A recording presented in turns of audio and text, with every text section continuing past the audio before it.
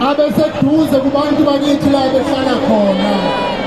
Siqinisekise ukuthi izibhedlela ziba nokulekelelwa ngodokotela abanele, nabahlengikazi abanele, nezinsiza ezanele, ukuze ngabe bikho umuntu uma efika esibhedlela angakutholi ukunakekelwa okufaneleyo.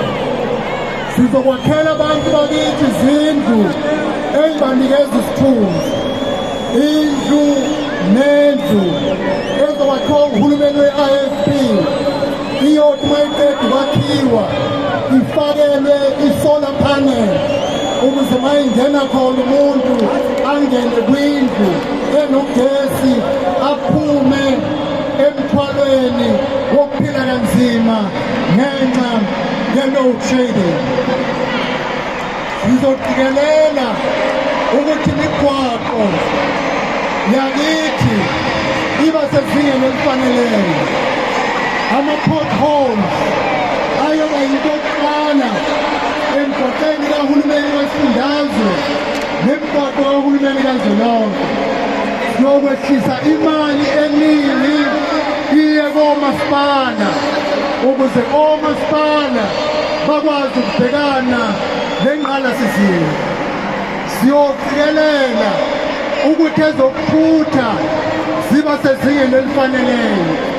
Siyovuselela ezezitimela, amabhasi emphakathini yakithi. Siphinde futhi sibe nengxoxo ekhethekile nemboni yosomatekisi ukuze sikwazi ukubalalela bese siqhamuka namasu kukho konke okuzidingo semboni yosomatekisi, ngoba ukuphela kwemboni eyasungulwa nephethwe ngabantu abansundu. Siyokhanda-ke iy'nhlelo zokubalalela kuqala anduwa siqhamuke nokuthi siyongenelela kanjani uma sekuza kwezokuthutha, ikakhulukazi imboni yosomatekisi. Sizoqinisekisa ukuthi umhlaba, abantu bakithi abampofu nabaswele kakhulu bathola ubunikazi bomhlaba.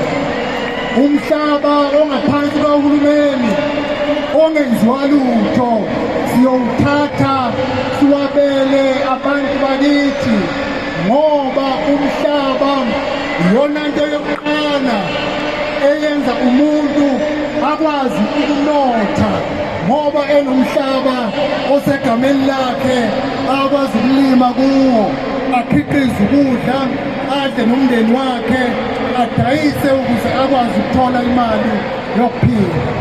Bonke abantu abasemkhakheni wezokulima siyoqhamuka nohlelo lokubaxhasa ukuqinisekisa ukuthi ezokulima ziba umgogodla womnotho